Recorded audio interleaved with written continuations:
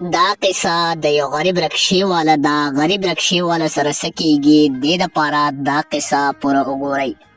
د کلي سحر وي، یخ موسم وي او د کلي ماحول ډیر خراب وي، ټوله تیاره وي. په دې کلي کې ثاقب نومې یو غریب رکشې والا اوسیږي. هغه د خپل د ورځې شروعات کوي. د ثاقب کپړې زړې وي او یخ ډیر زیات وي او هغه سره جرسي هم نه وي او د هغه په زړه ډیر سوالونه هم وي چې نن به سورلی میلاویږي او کنه دیاړې به لګي او کنه.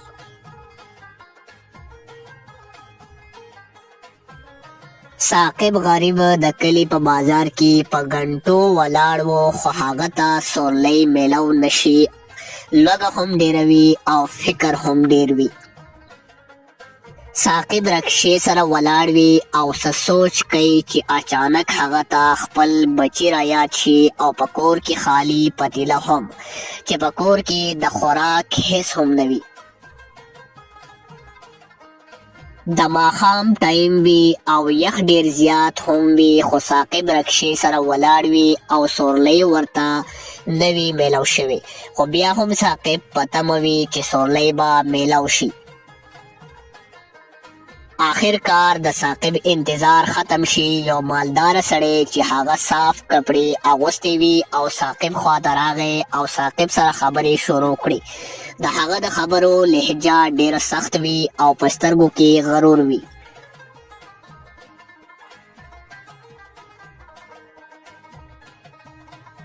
بیا ثاقب هغه خپل رکشه کې کینی او روان شي. یخ دومره ډیر وي چې سړی نه غوښې وړي. چې ثاقب هغه سړی خپل منزل ته ورسوي نو هغه سړی ثاقب ته وایي چې ښه سړی ښکاري خو غریب یې، زما دپاره غیر قانوني کار کوه، زه به تاله ډېرې روپۍ ورکوم او په تا باندې به څه الزام هم نه راځي.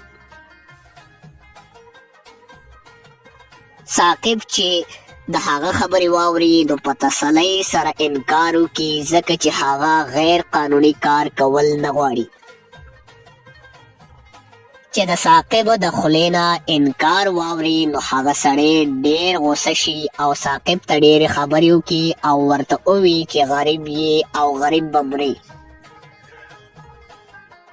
ثاقب هغه ته ووایي چې سیټ زما خبره واوره، زه غریب ضرور یم خو بې ایمانه نه یم او یوه خبره بله، غریبي څه ګناه نه ده، زه محنت کوم که الله وغواړي نو زما حالات به هم بدل شي. هغه مالدار سړی لاړ شي او ثاقب هلته رکشې سره ولاړ وي، خو یخ ورو ورو زیاتیږي، خو ثاقب د کور په باره کې سوچ نه کوي ځکه چې هغه نور محنت کول غواړي. ثاقب رکشې سره ولاړ وي او هغه له یخ ډیر شوی وي. هغه د الله شکر ادا کوي چې هغه غلط کار دپاره ها نه دي کړي.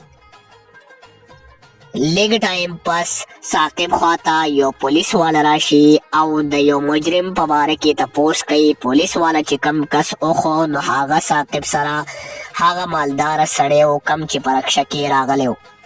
ثاقب بغیر د یرې نه ټول حقیقت پولیس ته بیان کی او د هغه کس ټوله قصه ورته وکړي. پولیس والا ثاقب ته ووایي چې واقعي ایماندار خلک اوس هم شته. بیا پولیس والا ثاقب له څه روپۍ ورکړي چې دا د هغه مجرم په سر انعام وي چې پولیسو ایښی وي. اوس چې ثاقب کور ته راشي نو د هغه لاسونه خالی نه وي بلکې هغه سره ډیر سامان وي د خوراک.